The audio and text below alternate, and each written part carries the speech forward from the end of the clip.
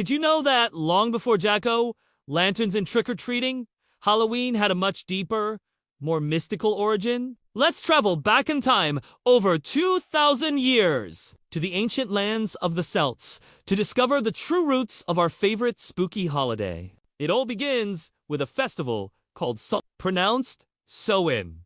This wasn't about candy and costumes. It was one of the most significant moments in the Celtic year. The Celts, who lived across Ireland, the UK, and northern France, marked time by the seasons, and Samhain celebrated the end of summer and the harvest and the beginning of the dark, cold winter. For them, this was New Year's Eve. But Samhain was much more than just a harvest festival. The Celts believed that on the night of October 31st, the boundary between the world of the living and the world of the dead became incredibly thin. It was a time when the spirits of those who had passed away could return to Earth.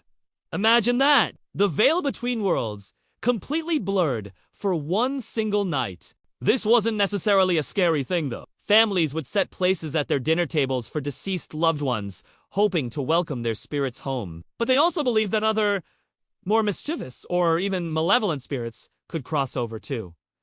So, how did they deal with these otherworldly visitors? This is where some familiar traditions begin to take shape. To ward off unwanted spirits, the Celts would light huge bonfires on hilltops.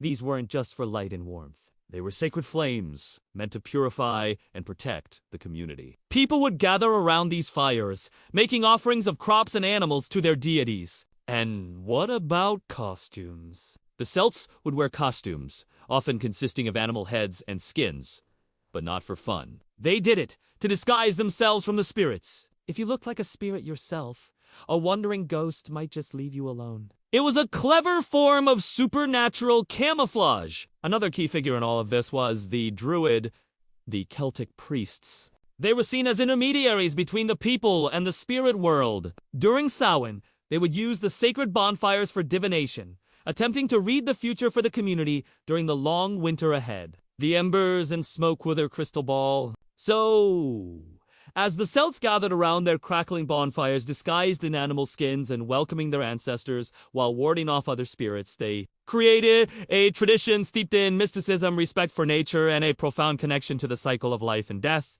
Over the centuries, as other cultures and beliefs, like those of the Romans and Christians, mingled with Celtic traditions, Samhain began to evolve. It eventually became All Hallows' Eve, and then the Halloween we know today. But next time you carve a pumpkin or put on a costume, remember the ancient festival of Samhain. Remember the bonfires on the hills, the thin veil between worlds, and the Celtic belief in a night when spirits walked among us. It adds a whole new layer of magic and mystery to the holiday, doesn't it? Thanks so much for journeying back in time with me today. If you enjoyed this story, please give this video a like and hit that subscribe button for more dives into the fascinating origins of our traditions. See you on the next one!